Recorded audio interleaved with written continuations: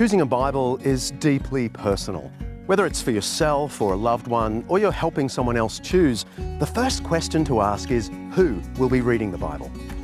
A pastor, a church lay leader, a college student, a child.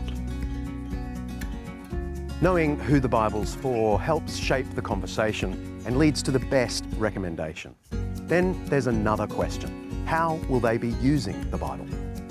Some may want a study Bible packed with notes and cross-references. Others might prefer a simpler text. Still others like space in their Bible so they can journal their reflections. There are Bibles for devotional use, parallel Bibles for comparative study, reading Bibles arranged like a book without chapter or verse numbers. And there are digitally enabled Bibles like Filament, which has an exclusive feature that connects the physical text to rich digital resources. Knowing who the Bible's for and how they'll use it helps you help them choose the right format for their spiritual journey. But then there's another big question. Which translation? There are lots of Bible translations on the market. But what's the difference between them? There are two broad philosophies of translation.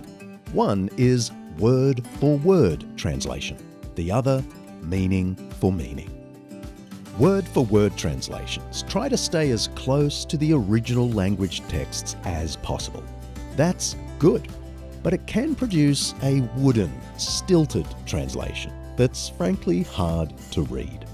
Word-for-word translations can also sometimes miss the true meaning of special words that don't have an exact English equivalent. Meaning-for-meaning translations are a little different.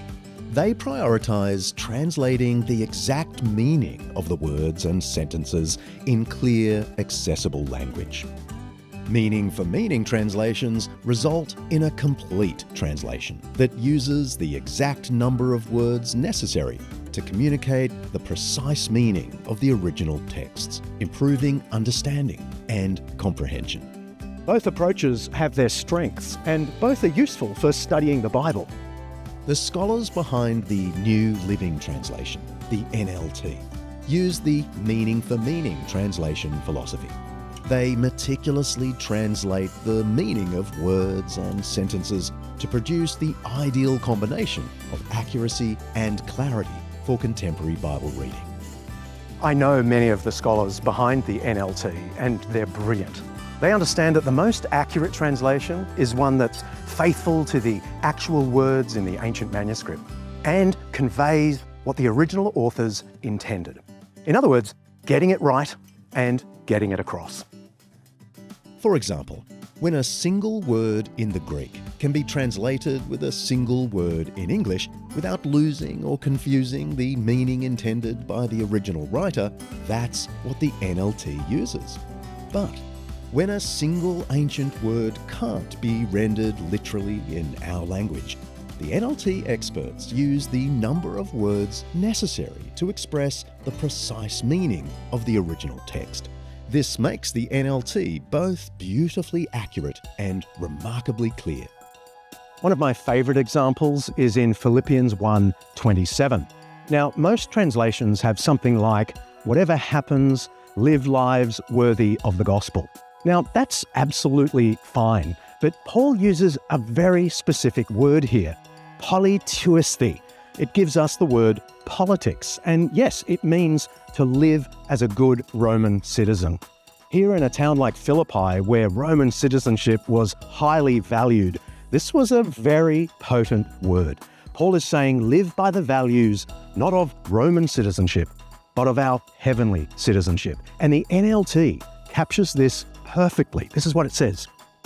Above all, you must live as citizens of heaven, conducting yourselves in a manner worthy of the good news. Those words must have really got people thinking here in Philippi. A team of over 100 scholars, translating directly from the Hebrew, Aramaic, and Greek texts, worked tirelessly for years to produce a translation designed for both personal reading and in-depth study. The rigour of this process ensures that readers are getting not only a faithful translation, but also one that speaks clearly in today's language. The NLT delivers on three big promises. It's accurate, it's understandable, and it's audibly enjoyable. In other words, it's faithful to the original language texts, it's easy to follow, and it sounds fantastic out loud, speaking to the head and the heart. During the translation process, the NLT is read aloud, with an ear for cadence and flow, to ensure that the text sounds natural and engaging in public. So the NLT is accurate and clear, which is exactly what the original authors intended. And because it's so accessible, it means that it's great for private memorization and public teaching, which is also what the original authors wanted.